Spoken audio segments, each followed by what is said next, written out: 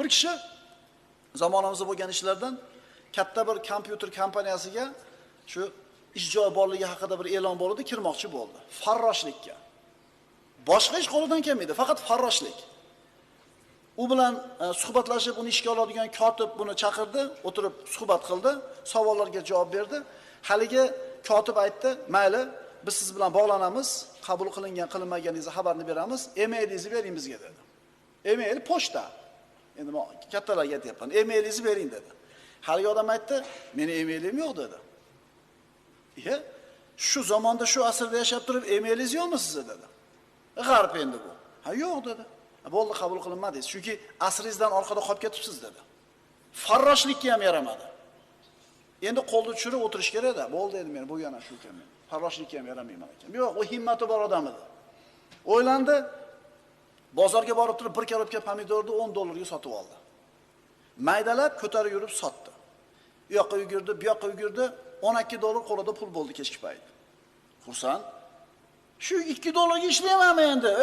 Deb turib bo'ladi-yu. Bolalarimizni ishtahosi bo'ladi, himmat emas. Sen ishlab turaver kuniga 200 so'mdan. Alloh u yo'g'iga bir yo'l ko'rsatar desa, "Ya" deydi. To'g'rimi? U sirazim kuniga $100 dan ishlash topish kerak yo'q. Mana Rossiyaga jo'natib pul jo'natib doraslar bolalaringlarda. O'sha yoqqa borib bularni olib ishlatayotgan, haligi robotodatellar bilan gaplashinglar-da. Na tilni biladi, na hunari bor, na cho'ntagida pul yo'q. Buradan keyin pul jo'nat.